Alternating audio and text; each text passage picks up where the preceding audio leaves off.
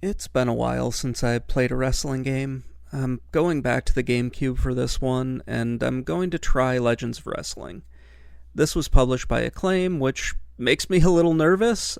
Their wrestling games don't have the best track record. Even if I do enjoy some of them, I have to admit they're not anything better than average.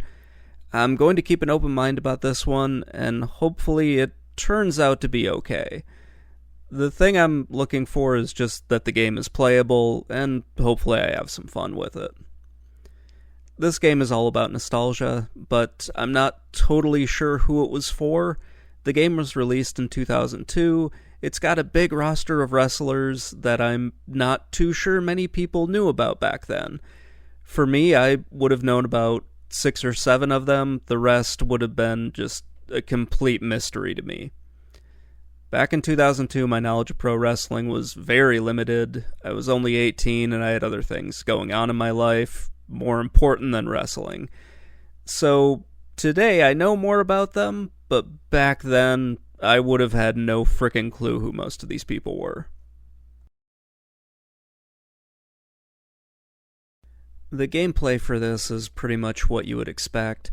All the game modes that have pretty much become standard at the time for wrestlers are here.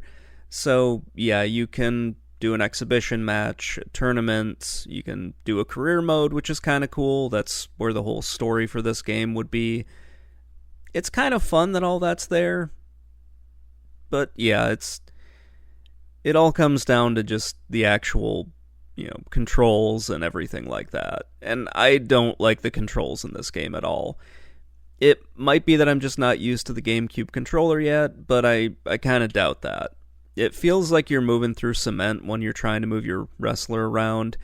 Everything just sort of felt delayed when I was playing this. Wrestling moves are pretty easy to do once you can get close enough and grab onto your opponent. There is a nice grapple system here, which I think works out really well. There's a pretty cool system for counters and also like high impact moves. At least I think that's what they were going for. It seemed like it to me, but who really knows with a developer like this or with a publisher like this? The roster is pretty interesting. There's over 40 wrestlers here. They also have managers involved, so that's kind of cool to see that. There also are a bunch of, unlockable characters if you really wanted to go back and play this. I'm a little curious to know how many people knew all of the wrestlers back in 2002. It would be surprising if people who owned a GameCube knew of all of them. I think it's a really good roster, but back when I was 18, I would have had no clue who most of these people were. When I was playing this, I noticed there were no countouts in the game, and every match can be a hardcore match. It's kind of odd, and I don't really like that, and it feels like the developers took inspiration from the Vince Russo era of WCW, where rules just didn't matter anymore. This kind of stands out because there are rope breaks in the game, which confused me since there are so few rules. Why would they have included rope breaks? I mean, if somebody grabs onto the rope, they have to let go of a hold, but nobody's going to stop you when, you grab a chair or anything out from underneath the ring and just start bashing your opponent with them. And to make things even stranger, the referee's right there, so he can watch what you're doing. I don't know. This game just kind of feels a little strange to me. You can win by pinfall submission, or you can even knock your opponent out. I guess this is okay. It just kind of feels a little strange. I'm guessing they cared a little bit about the rules when it came to a tag team match, but who the hell knows? I did not go into the tag team mode for this. I just played mostly single player. Yeah, I don't know. I really was not feeling this game and kind of wanted to move on as quickly as I could. If you have a manager with you, then you can have him cheat in your matches, which is pretty awesome. This would suggest that there were disqualifications in the game, but I find that really hard to believe. Uh, and I don't really know why why your manager is just waiting for you to tell him to do stuff when the referee doesn't really care about anything else except for rope breaks. I don't know. It just seems totally unnecessary, but it does look really cool to have like the manager hanging out and then, you press a button and the referee gets distracted. That looks really cool, but I'm not totally sure why that takes place in this. Playing this game made me want to go back to one of the SmackDown games, or No Mercy, or really any of the better games on the N64 and the PS1. There's really nothing wrong with it once you get used to the controls, but you really shouldn't have to get used to how delayed everything is and how awkward everything that you're doing is in this game.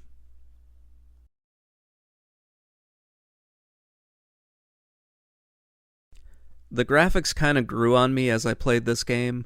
The moves look good. The crowd, I think, is really good for a game like this. And the arenas look pretty cool. I like how you can slowly work your way up to larger arenas to wrestle in, and how just the ring and everything will change. I don't think this game looks all that bad, but it does look kind of goofy. The character models remind me of what the LJN developers were doing back in, like the 90s with their wrestling games, where they have like 2 or 3 character models and they just repeatedly use those for every character. So, yeah, you just have minor graphical changes to everything. So I did play the second game at the same time I played this one, and I looked up something kind of interesting when I was going through those reviews, and I kind of agree with it, but I don't really agree with like the characters that they went back to. So one of the people said that all the wrestlers reminded them of the LJN toys from back in the 80s. I don't really see that. They look more like the Hasbro toys that I collected in like the late 80s, early 90s. The ones where they had like a spring action punch or something going on where they had an extra action feature to them, but they were very limited in what they could really do. That's sort of what all the character models looked like to me. Maybe that's just me remembering the toys that I grew up with, and maybe you have a different perspective, but that was kind of where I was going with that whole thing. After the match is over, you get these little taunt screens, which I think are kind of cool. They just show the losing wrestler all beat up, and it reminds me of, like a fighting game or a boxing game where they would have that. Something like Punch-Out or Street Fighter, or really any other game that would have a fighting or, boxing thing going on with it. It just looked really cool, and I really kind of enjoyed that little part of the game. The ring entrances look nice. It is a little comical when you see wrestlers try to engage with the crowd, because the crowd is largely just static. They're going through the same motions they've always done. But you have this wrestler like go over there to try to high five people, and the crowd just doesn't even move at all. I thought that was pretty funny to see. It most likely wasn't meant to be funny, but I thought it was really hilarious. So I think this is a step up in graphics from the PS1 and the N64 games, and also the Dreamcast. I guess that's something the game has going for it. It overall looks better than the previous generation of wrestling games, so yeah, that's great. I'm kind of interested to see what this game looks like on the PS2, so when I get to that, I'll hopefully be surprised, or maybe I'll remember this one and say that the PS2 one looks better or worse, or whatever.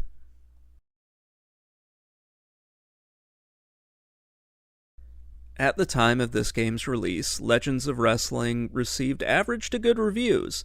This means the scores were between a 5 and a 7. That was considered average at the time, or average to good. No publication gave this higher than a 7. Game Informer gave it a 7 out of 10. The reviewer liked the controls and enjoyed the game more than WrestleMania 18. He also points out that most people won't recognize 75% of the roster. I kind of disagree the with the idea that the game grapples with greatness, because that was nothing that I experienced with this, and I did not really like the controls as much as this guy did. GameSpot gave the game a 5.3 out of 10, which was considered mediocre at the time. The sentiment of the article is that the game was a missed opportunity. Well, the reviewer didn't think much of the game overall. They did kind of hold out hope for, future games in this series, probably under the misguided idea that, Acclaim would actually have the developer improve on what they were doing. Who knows? IGN gave the game a 5.4 out of 10. For the most part, the reviewer found the game disappointing. In one of the most honest things I've read in pretty much any review that I've gone over, they recommended this as a rental for hardcore wrestling fans and for people who know about wrestlers of the past. I cannot argue with this at all. If you really liked wrestling back in the day and you followed it and knew more about the history, I can totally see somebody wanting to rent this game. And yeah, definitely rent it before you buy it back then. In 2001, a 5 was considered average. Kind of talked about this a little bit more. I'm not really too far off in the score that I gave it. I think the game's a little bit below average just because of how clunky the controls were and how many other wrestling games are out, especially retro wrestling games, that are much better than this one. I might have been a bit more forgiving with a game like this one. Legends of Wrestling has problems, but if you wanted to play as a wrestler from the 70s and 80s, this would have really been your only option. There just weren't that many that went this far back in wrestling history to find wrestlers like this. It would be interesting to find out just how well this game actually sold when it was released, because I can't imagine nostalgia really carrying this thing much further than it actually went. Saying that, there were 2 sequels to this game. That tells me that Acclaim made enough from, the deal that warranted trying again. I can't really blame them. If they were making money for it, from it, then yeah, definitely keep making these, but yeah, I don't know. I like the idea of this game, and I find it more interesting now that I'm in my 40s than back when I was 18. I probably just wouldn't have even bothered with this back then. I didn't even know the game existed until really the last 5 years when I started getting into wrestling games on retro consoles and wanting to really review them. Anyway, that's going to wrap things up. Let me know what you think in the comments below, and I will talk to you all later. Bye.